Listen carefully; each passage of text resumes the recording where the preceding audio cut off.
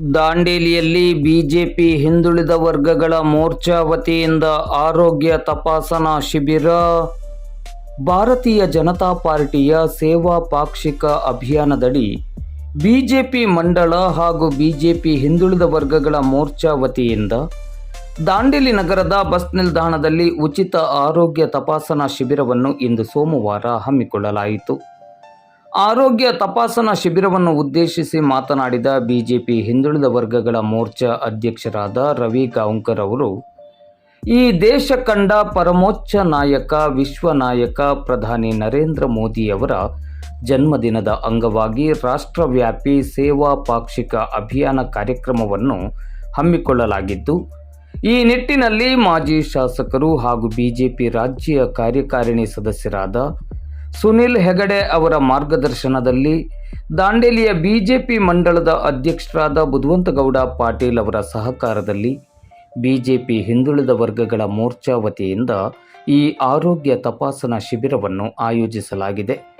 ಇಂದು ಜಾಗತಿಕ ಮಟ್ಟದಲ್ಲಿ ಭಾರತ ತನ್ನದೇ ಆದ ಛಾಪನ್ನು ಮೂಡಿಸಿದೆ ಎಂದಾದರೆ ಅದಕ್ಕೆ ಕಾರಣ ಪ್ರಧಾನಿ ನರೇಂದ್ರ ಮೋದಿಯವರ ಸಮರ್ಥ ನಾಯಕತ್ವ, ದೂರದೃಷ್ಟಿ ವಿಚಾರಧಾರೆಗಳೇ ಆಗಿವೆ.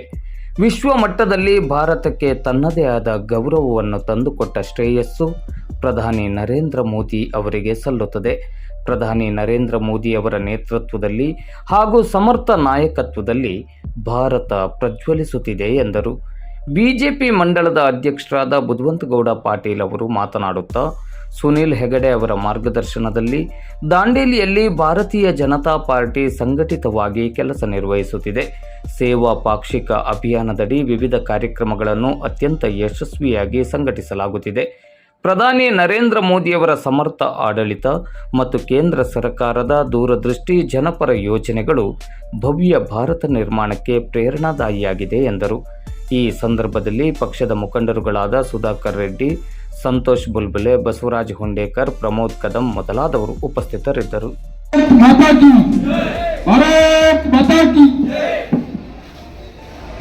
ಭಾರತದ ಪ್ರಧಾನಮಂತ್ರಿಗಳಾದಂಥ ಸನ್ಮಾನ್ಯ ನರೇಂದ್ರ ಮೋದಿ ಅವರ ಜನ್ಮದಿನದ ಪ್ರಯುಕ್ತ ಇದೇ ತಿಂಗಳು 17 ತಾರೀಕಿನಿಂದ ಸತತವಾಗಿ ಅಕ್ಟೋಬರ್ 2 ತನಕ ಸುಮಾರು 15 ದಿನಗಳ ಕಾಲಾವಧಿ ತನಕ ರಾಜ್ಯಾದ್ಯಂತ, ಜಿಲ್ಲಾದ್ಯಂತ ಹಾಗೂ ಮಂಡಲಾದ್ಯಂತ ವಿವಿಧ ಕಾರ್ಯಕ್ರಮವನ್ನು